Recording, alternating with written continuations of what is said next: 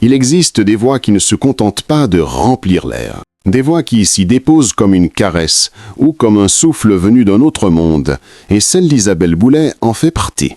Avant d'entrer dans son histoire, je vous invite chaleureusement à vous abonner à cette chaîne, car plus nous sommes nombreux à écouter et partager ces récits de vie, plus ces voix, justement, continuent de vibrer dans notre mémoire collective. Isabelle n'est pas seulement une chanteuse, elle est un territoire entier fait de lumière, de silence et de vérité. Son univers commence là où le vent de la Gaspésie frappe les maisons, comme pour s'assurer qu'elles tiennent bon, là où les paysages ont la rudesse de l'hiver et la douceur des âmes patientes.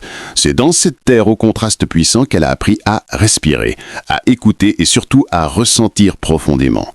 Ceux qui l'ont vue pour la première fois sur scène dans les années 1990 se souviennent encore de ce choc silencieux, cette impression d'assister à l'éveil d'une étoile fragile et indomptable à la fois. Elle avait cette présence rare, qui n'avait pas besoin de gestes ni d'artifice pour captiver. Il suffisait d'un souffle de sa voix pour que tout s'immobilise.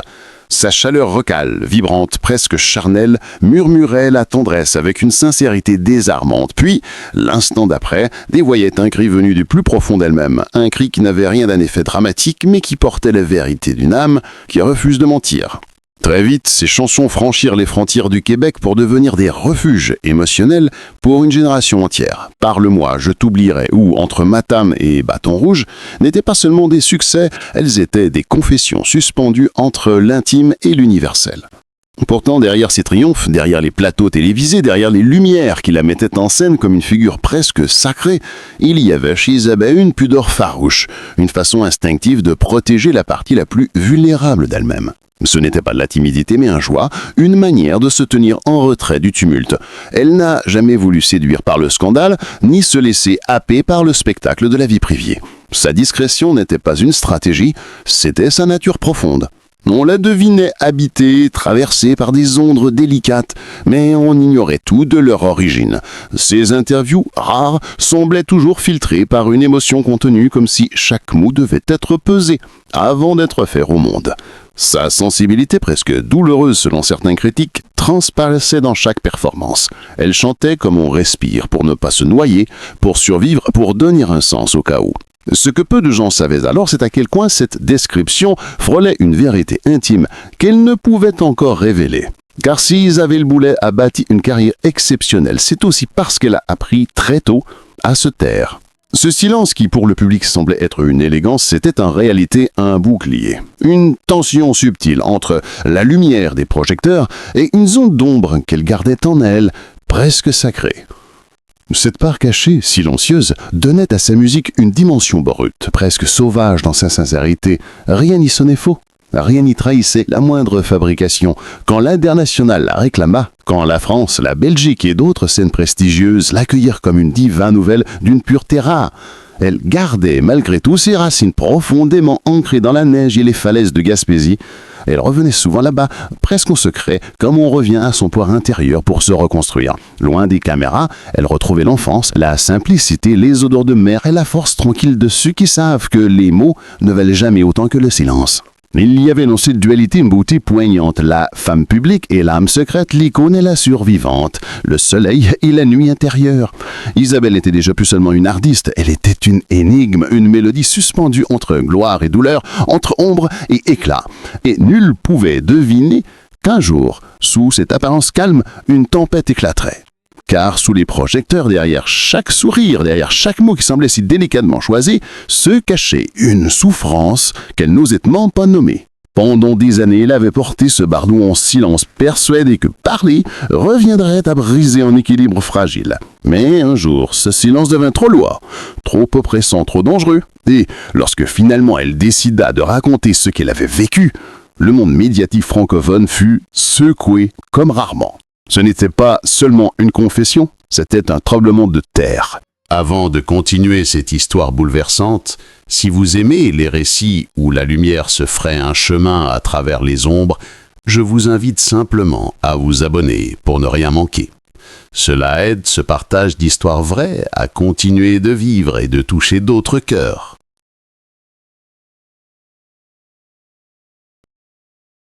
Isabelle Boulay n'a jamais été une femme de vacarme. Sa vie, bien qu'éclairée par les projecteurs, a toujours été faite de nuances, de silences, de respirations fragiles qui disaient parfois plus que les mots. Et pourtant, au moment où sa carrière atteignait son apogée, au moment où son nom s'inscrivait parmi les grandes voix francophones, elle cachait en elle une vérité dont personne n'imaginait l'ampleur. Cette vérité, elle l'a longtemps tenue serrée contre elle, comme on tient un secret trop lourd pour être confié même au vent. Quand elle a enfin décidé de parler, le monde a découvert non seulement une artiste d'une sincérité rare, mais une femme qui avait traversé un naufrage intime en silence, avec une dignité presque déchirante. Car derrière les sales combles, derrière la grâce de sa voix et la pudeur de ses sourires, il y avait une tension qui ne disait pas son nom. Une tension qui avait commencé doucement, presque insidieusement, à s'insinuer dans son quotidien. À l'époque, personne n'aurait pu croire que l'histoire d'amour qu'elle vivait avec Éric Dupond-Moretti, cette relation qui fascinait par son contraste, cachait des failles que nul photographe n'aurait pu capturer. On voyait un couple improbable et pourtant harmonieux. Elle, artiste instinctive, solaire, intuitive. Lui, figure puissante du milieu judiciaire, redoutée pour sa verve et sa présence. Leur union avait l'allure d'un roman moderne, d'un croisement étonnant entre deux mondes. Mais dans les coulisses, un autre récit se jouait. Un récit fait de silences pesants, d'exigences tacites, de gestes retenus et de compromis trop grands pour un seul cœur. Les signes du malaise avaient commencé à apparaître en 2022, d'abord presque imperceptibles. Isabelle manquait certains événements officiels, prétexte la fatigue ou les obligations professionnelles.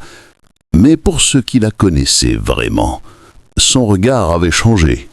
Ses photos révélaient une lumière ternie, un sourire qui semblait mesuré, presque contrôlé. Les gens parlaient d'une période de stress, de surmenage.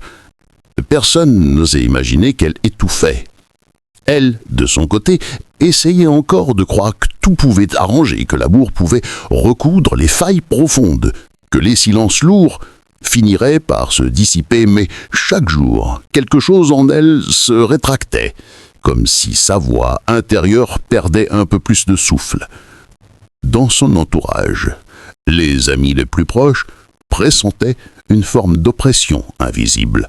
On évoquait une surveillance subtile, mais jamais violente, mais constante, une attente, une exigence, une discipline émotionnelle presque impossible à tenir pour une femme construite sur la spontanéité.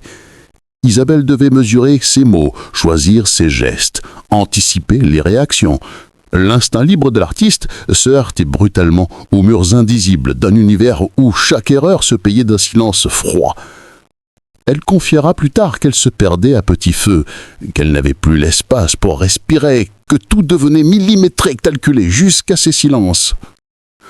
Puis, il y eut les mots de trop, ou peut-être les regards trop lourds, ou peut-être ce moment précis où le cœur réalise qu'il vit dans un espace qui ne lui appartient plus.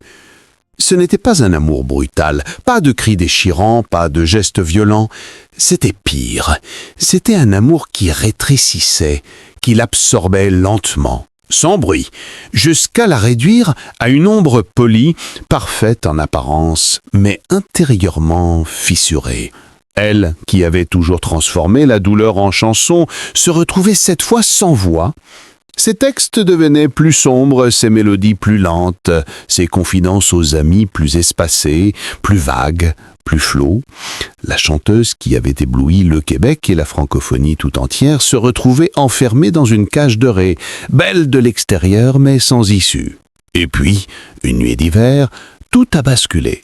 Isabelle, prenant dans ses mains le courage qu'elle croyait avoir perdu, a quitté l'appartement parisien qu'elle partageait avec Éric.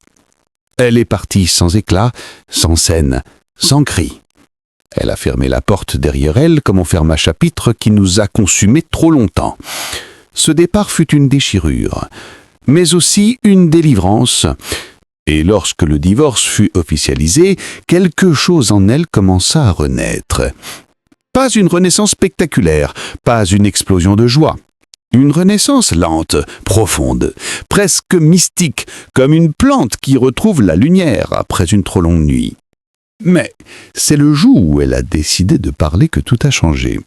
Dans un entretien sincère, filmé dans une lumière douce qui soulignait autant ses fragilités que sa force, Isabelle a confié ce qu'elle avait vécu. Pas pour accuser, pas pour se venger, pas pour attiser le scandale. Elle l'a fait pour respirer. « Je me suis tue trop longtemps », a-t-elle murmuré d'une voix tremblante mais ferme. Ces mots ont fait l'effet d'un séisme émotionnel.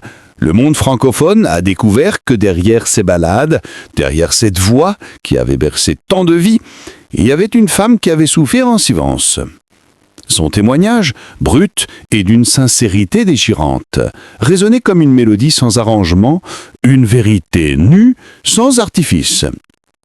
Les médias se sont emparés de l'histoire, certains ont salué son courage, d'autres ont questionné sa pudeur, mais ceux qui l'écoutaient vraiment savaient que quelque chose d'essentiel venait de se produire. Pour la première fois, Isabelle Boulay chantait sans musique, et cette chanson-là, venue du cœur le plus profond, touchait plus que n'importe quelle note. Mais cette tempête publique n'a pas brisé l'artiste. Au contraire, elle l'a renforcé. Alors que la presse analysait chaque mot, chaque geste, chaque silence, elle composait de nouvelles chansons. Sa musique devenait plus dépouillée, plus intime, plus vraie, moins de grandiloquence, plus de vérité, des textes comme des confidences murmurées au creux des oreilles de ceux qui savaient entendre. Elle choisissait désormais le piano plutôt que les grands orchestres, la guitare nue plutôt que les envolées lyriques. Sa voix, toujours chaude et vibrante, se pesait que d'un souffle sur les cicatrices, encore visibles de sa vie. Cette renaissance musicale accompagnait une renaissance personnelle. Elle retournait souvent au Québec, entre Montréal et la Gaspésie, dans un espace où le silence n'était plus menace, mais refuge. Dans une maison simple, baignée de bois clair, de musique douce et d'odeur de café, elle réapprenait à vivre. Son fils devint le centre de sa nouvelle existence. « Il est ma plus belle chanson », disait-elle souvent. Être mère lui offrait un équilibre que la célébrité, malgré sa beauté et ses vertiges, ne lui avait jamais donné. Ici, elle vivait sans justification, sans masque, avec une liberté retrouvée qui faisait vibrer chaque geste. Isabelle ne renonçait pas à la scène, elle y revenait autrement, plus enracinée, plus apaisée. Ces spectacles devenaient des espaces de vérité où la femme et l'artiste se confondaient sans artifice. Le public, bouleversé par son histoire, recevait désormais ses chansons comme des fragments de courage, des éclats de tendresse, des leçons de lumière. Les critiques saluaient sa maturité nouvelle, sa poésie épurée, sa présence apaisée mais intense. Elle chantait désormais moins pour plaire que pour dire qu'on peut tomber, se taire, se relever, renaître, et que la beauté n'est jamais aussi grande que lorsqu'elle est conquise après l'ombre. Dans son regard un peu mélancolique mais illuminateur, on voyait encore les traces du passé, mais aussi cette douceur conquise, cette paix retrouvée. Dans ses interviews, elle parlait de liberté simple, de recommencement, de paysages intérieurs retrouvés. Elle ne cherchait plus à expliquer, encore moins à convaincre. Elle racontait la beauté d'exister à son rythme, sans masque, sans peur, sans excès. Aujourd'hui, Isabelle écrit, compose, rêve. Ses nouvelles chansons parlent de mer, d'horizon, de transmission, de paix. Je crois que la douleur ne disparaît jamais totalement, dit-elle, mais on apprend à la transformer en musique. Et peut-être est-ce là que réside son génie le plus pur, dans sa capacité à faire de la vie, même dans ses ombres les plus lourdes, une œuvre, une lumière, une vérité qui résonne en chacun de nous. L'histoire d'Isabelle Boulay n'est pas seulement celle d'une chanteuse, c'est l'histoire d'une femme qui a appris à renaître, encore et encore. De l'enfant rose de Gaspésie à la star internationale, puis à la femme blessée qui ose enfin dire « je ». C'est l'histoire d'une résilience profonde, d'une lumière forgée dans la douleur, d'une liberté reconquise. Si ce récit vous a touché, n'hésitez pas à liker cette vidéo, à la partager et à vous abonner pour soutenir cette aventure de récits humains. Et dites-moi, vous, quel moment du parcours d'Isabelle vous a le plus bouleversé?